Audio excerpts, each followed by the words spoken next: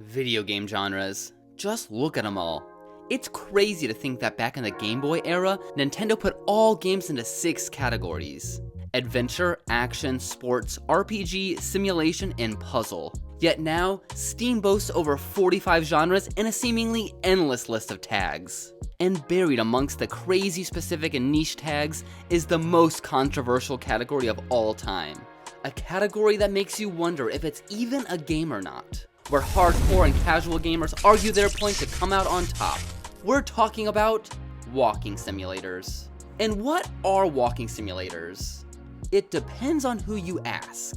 Haters think they're nothing but some dull walk around some bland environment without any challenge or danger.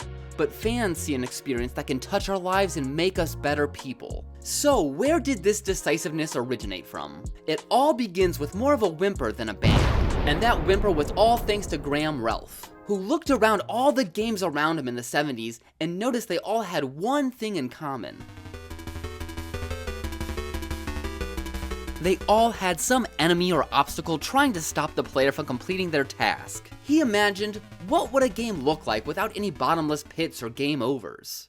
A game where players can move at their own pace without fear of repercussions. Well, his dream came to fruition in 1983 with The Forest, released on the ZX Spectrum. A game where players search a massive map for pieces of their broken spaceship. It even got its own spiritual successor, Explorer.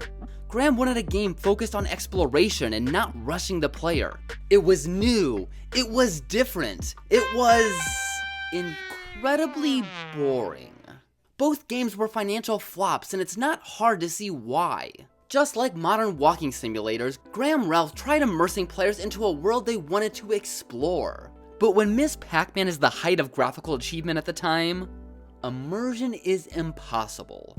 And the AAA companies knew that. Major gaming companies were just as risk-averse back then as they are now. There was absolutely no budget for anything experimental. They knew what the people wanted, and it wasn't this. The walking simulator genre lay dormant for 30 years. But the term existed in the gaming industry for a long time as an insult for boring and easy games. But in 2003, Mary Flanagan's experimental art piece Domestic showed the pure narrative power of the video game genre.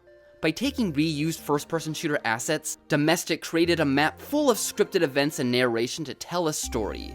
And while plenty of first-person shooter games had stories, they always took a backseat to the gameplay. But in Domestic, the gameplay serves the story.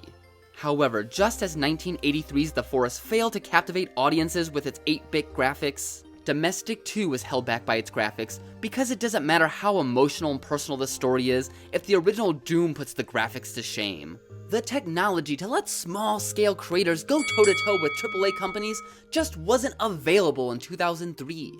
And for walking simulators to really thrive, they need that great atmosphere that allows you to completely lose yourself. But unfortunately, that takes decent graphics. Not photorealistic, no. But more than this. But all of that changed when the Fire Nation attacked. I mean, as indie games got more popular. As we marched later and later into the 2000s, the variety and sophistication of indie games exploded. Thanks to digital distribution, artsy niche games were no longer shut out of the market. As technology finally caught up to imagination, walking simulators got that boost it desperately needed. Then in 2012, the genre had its first big success with Dear Esther. This was the first time that the story met the mood, met the acting, met the graphics in perfect harmony. In fact, several walking simulators would win awards between 2012 and 2016, such as Gone Home, The Vanishing of Ethan Carter, and Firewatch. Truly, it was the best of times for walking simulators. Finally, gamers could play something that focused on feeling over a gameplay loop, and walking simulators flourished. But every light has a shadow. Walking simulators' most celebrated qualities were its main criticisms. For hardcore gamers, it was the definition of hold W to win. If you really wanted to tell a story, why make a walking simulator when you could write a graphic novel or film a movie? Games are supposed to be hard, and they're not wrong. But some of the people who are quick to judge walking simulators suffer from a bit of elitism. There's no denying that a segment of gamers feel superior to other gamers because they like harder games. They can beat Dark Souls at level 1 so they can look down on someone playing Skyrim on Novice. That's why walking simulators are such an easy target. And the debate rages on today. This is Media Philosophy exploring the deeper side of the question: are walking simulators video games? First, we have to ask, what is a game? All games have rules, a definite end, consequences, and involve play. These are the bare-bone basic ingredients for any game. It doesn't matter if it's a board game, card game, basketball game, or even video game. This is what they all have in common. So do walking simulators have these traits? 1. Does it involve play? In walking simulators, players use either a keyboard and mouse or controller to move the character around. And just like the letter C, that's good enough for me. Sure, there's no running, gunning, jumping, and pulling off stylish combos, but it's still play. A hardcore gamer might say that walking around shouldn't and doesn't qualify as true play because of how shallow it is. But I think that trying to put some sort of threshold on play is gatekeeping. Sure, Candyland doesn't hold a candle to the depth and strategy of Axis and Allies, but they both involve play. So even though walking simulators don't come anywhere close to the gameplay of Mario Odyssey, there's still play.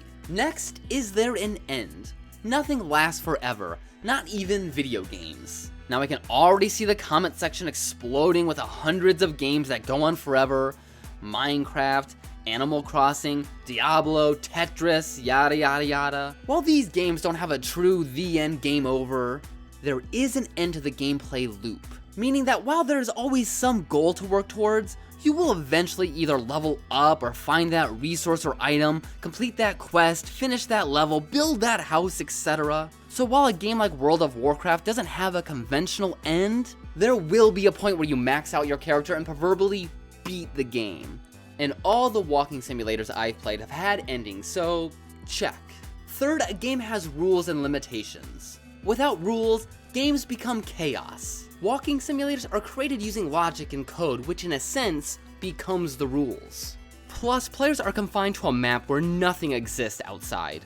While this may seem like a weak connection, remember, these qualities are either yes or no. There is no threshold that needs to be passed. So on the surface, walking simulators definitely look like a game. That is, until we examine a game's most crucial attribute: consequences. Basically, games need winners and losers. Not necessarily both at the same time. There just needs to be some sort of system of punishments and rewards. Otherwise, a game is just play. Try imagining a game without consequences. Instead of chutes and ladders, it's just ladders and ladders. Tic-tac, everyone wins. Mario Party 9. Yet, true walking simulators don't have consequences. There's no way to lose in what remains of Edith Finch. You can't fail at walking around a messy house looking at things. So maybe those trolls were right. Walking simulators are just too slow, too boring, and too easy, that despite so much love from the fans, maybe they're not games. And you might think, but Phil, 3 out of 4 isn't that bad. Walking simulators should be considered games. Thing is, this isn't a C's get degrees situation. To be considered a game, it's all or nothing. And remember, there's no gatekeeping here. Even baby's first platformers like Yoshi's Crafted World is a game because it imposes some sort of challenge, regardless how minute it is. There's no minimums. But walking simulators don't even meet that. Just where's the danger? Now, I'm sure people can name a few walking simulators that either include enemies, deaths, game overs, or puzzles. Thing is, those aren't walking simulators. They're just story-rich horror or puzzle games, and the distinction is all about the challenge. If the player can die or fail, that's not some scripted event, then it's a game. Meaning it's not the spooky environment or scary story that makes a game, it's the danger. And that doesn't mean death's a requirement. A lot of puzzle games don't have death or even traditional enemies, but they do have roadblocks that require thought and problem solving to overcome. You're not gonna just stumble your way through Myst or the Talos Principle. Well, after Twitch plays Pokemon, anything is possible. But really, you're not gonna accidentally beat a puzzle game the way you might accidentally beat a walking simulator. Sure, games like Firewatch or What Remains of Edith Finch have minor barriers, but they're barriers that players can totally bypass by accident. Some people might be screaming into their screens, "But you said the challenge just had to exist on the bare minimum!" And I agree, but walking from point A to point B unencumbered is not a challenge. Then they qualify as a horror or puzzle or whatever game genre respectively. What about what walking simulators excel at? Sure, they don't pose a single meaningful challenge, but even the staunchest critic can't deny their interesting aura. Their stories are intriguing, the atmosphere immerses you, the characters deep and unique. Overall, walking simulators curate a spectacle that surpasses most AAA games thanks to its focus on higher level moods and philosophy. So shouldn't its artistic richness and emotion make up for its lack of difficulty? No. Sure, they offer something much deeper than the average video game, but nothing it excels at is needed to make a good game. Mario has no crazy plot twists, there's no character development in Tetris. Yes, I love when games tell amazing stories or have great graphics, but those are just a bonus. There's a reason why there's only one Hideo Kojima. It doesn't matter how much I cried during Tacoma, there needs to be a challenge. So it seems the trolls are right.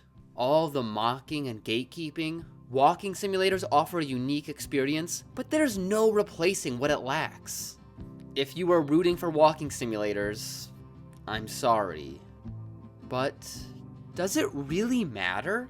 People seem to think being a video game is the end-all be-all title. But what's so special about sitting in one place pressing the same buttons for hours on end? Honestly, compared to other forms of entertainment, video games are pretty juvenile. And I say that out of a place of love.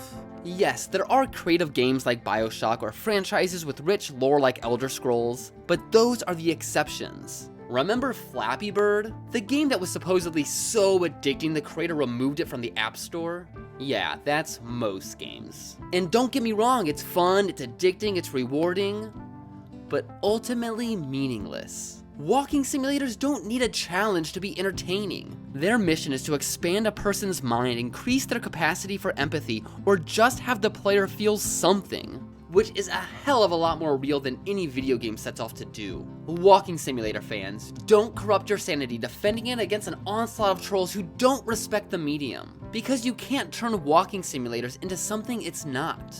It reminds me of Monsters University, where Mike Wazowski puts his heart and soul into being a scarer. But regardless how much he studies and trains, he can't change the fact that he's just not scary.